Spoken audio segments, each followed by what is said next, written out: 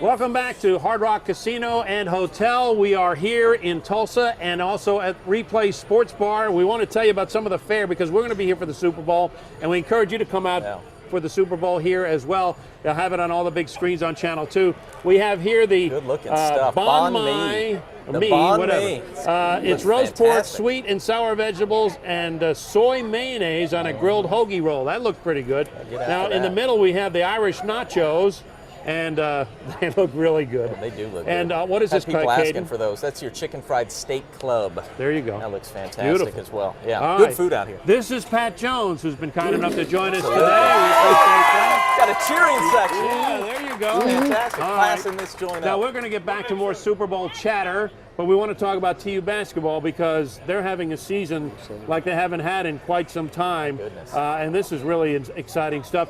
They got by on a road today, East Carolina, but now they've won, what, 4 road games out of the That's right, in conference, which is already big. 9 in a row overall. 7-0 in American Athletic Conference play, first place, and 17 wins, or 18, I guess it is, in conference play if you go back to last year. These guys are on a fantastic. Still got to play SMU twice. That's right. That's right. You're right. My favorite coach. Your guy, yeah. My guy. But it's always not, because we talk so much about football around here that it's good to be able to bring up basketball every once in a while, and TU has been a positive around Good to talk about it when they're winning. When they're winning big, No question. All right, now, obviously they honored Nolan Richardson. And in honor of Nolan Richardson, TU went out and hammered Memphis State, or University of Memphis, excuse me. And that first time that TU has beaten Memphis in Tulsa since 1971. But on top of that, Nolan Richardson was honored, and rightfully so. He's in so many Hall of Fames already, Coach.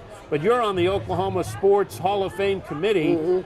I say we get Nolan in the Oklahoma Sports Hall of Fame. And Nolan should be, and we'll go to work. I got 2 guys, him and Hartley Dykes, that are kind of on my thing-to-do list, and we'll get that done sometime. I thought it was great that they honored him when they're playing so well. You know, I'm not saying that what's going on right now is exactly what they had going on in the 80s, but you're starting to feel, you know, that they're coming back to the gym, and crowds of 6,000 and 5,500, and there's an excitement building just like it did back in the day. Pat, and I got to tell you, I think Nolan Richardson should be remembered for more than his basketball coaching skills, because he did a lot for this city in the racial situations.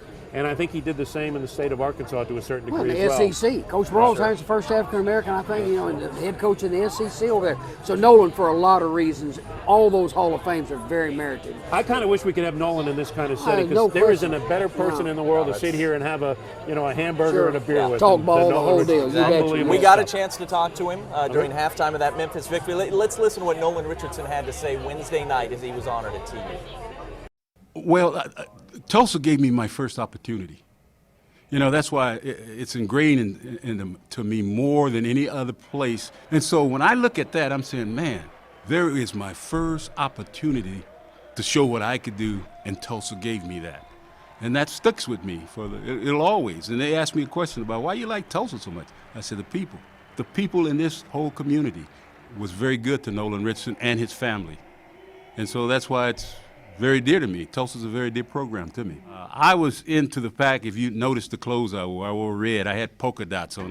It seemed to me that I was choreographing what I needed done. I had the guys in the polka dots riding up and down bicycles. I mean, getting away from the old tradition of just walk out and play basketball. We had to create some excitement, and I thought I had to be the guy that created this excitement and have some winning on top of it. Nolan looks a lot grayer, but he still looks in pretty good shape. Yeah. He obviously won the national championship at Arkansas and spent more time at Arkansas and lives in Arkansas for the most part now, but you can tell Tulsa really does mean something to him. It's neat to hear him talk about Tulsa. Tulsa, you're right. Tulsa means an awful lot to Nolan Richardson. Always will. And he comes here quite often. Yes, quite a bit, Still on commercials around the place? Yeah. Let me ask you, when you first saw him dressed in polka dots, what were you thinking? Well, I remember when he got it cranked over here before, but the polka dots and the style of play and the Ed Bashir thing. The uniqueness of what they were doing, and they were winning so big. No, it lit a fire into college basketball in this state. It really did. He talked about how he felt like he was orchestrating something for the program, big picture-wise, with how he dressed and how he looked. I mean, as a head coach, isn't it interesting that can help? Wearing polka dots somehow can set the tone for something. So can wearing a houndstooth hat. Yeah, exactly. There You know, no. When you do a little, so or an correct. Oklahoma Aggies sweatshirt or something, if you do a little bit of something like that, it does tend to catch on. So Nolan's smart in that way. He was. All right, we shall return with more. We'll talk more football when we come back, so stay right where you are. We're on the Rant, Hard Rock Hotel and Casino Replay Sports Bar. We shall return.